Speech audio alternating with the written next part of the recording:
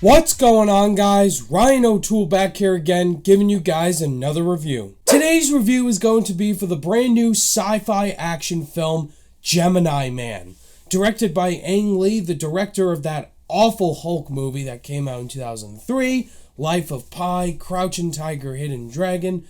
And this movie stars Will Smith and Will Smith. If you guys are new here, feel free to click that subscribe button and that bell notification icon for more reviews, reactions, rankings, and more movie content. Henry Brogan is a former CIA spy assassin, and he's played by Will Smith.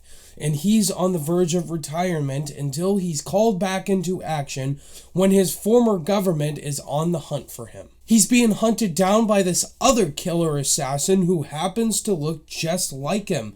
And he's also played by Will Smith. This guy is a clone of him, except 30 years younger. So this Will Smith is 20 years old or something, and the Will Smith we have older is 50 or something, and they're fighting off against each other. Ang Lee is a very ambitious filmmaker. I mean, this guy has made some really beautiful films, like Crouching Tiger, Hidden Dragon. If you guys have not seen that, definitely check it out. But of course, Ang Lee doesn't have his perfect movies, like that awful Hulk movie, like I said earlier he did. Ugh, that movie sucks. But now he's directing Gemini Man, a movie starring Will Smith and Will Smith. And I saw the trailer for this movie. Thought it looked awful. I didn't have much anticipation for it, and it seemed very dull. Was this movie good?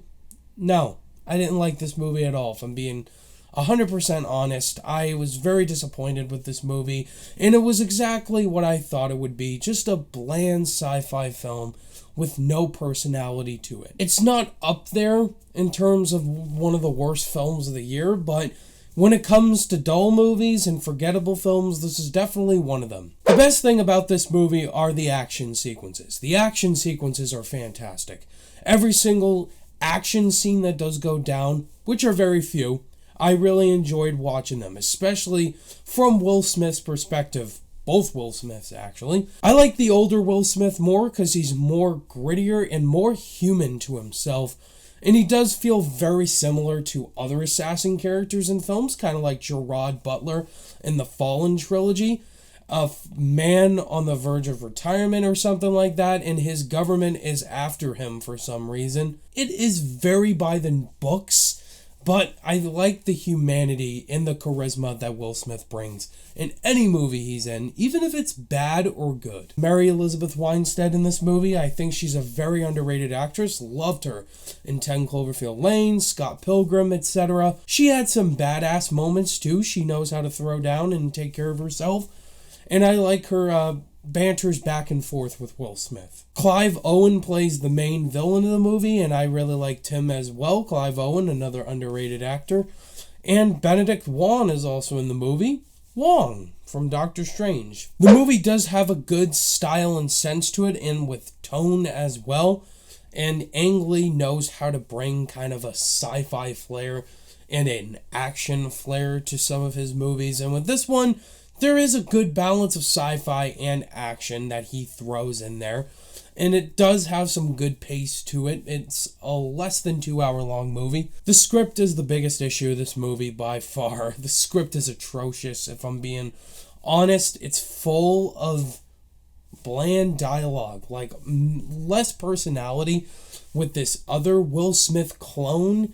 And we'll get to something else in the negatives, but I didn't really connect personally. There is something that does happen and why he's doing what he's doing, but the dialogue with all these characters and what they're reading is very by the note and really boring. Feels like they're reading a library book full of science notes, and again, it's talking exposition non-stop, and that's what the characters do throughout the movie. Explain what they're going to do, and they're going to do it.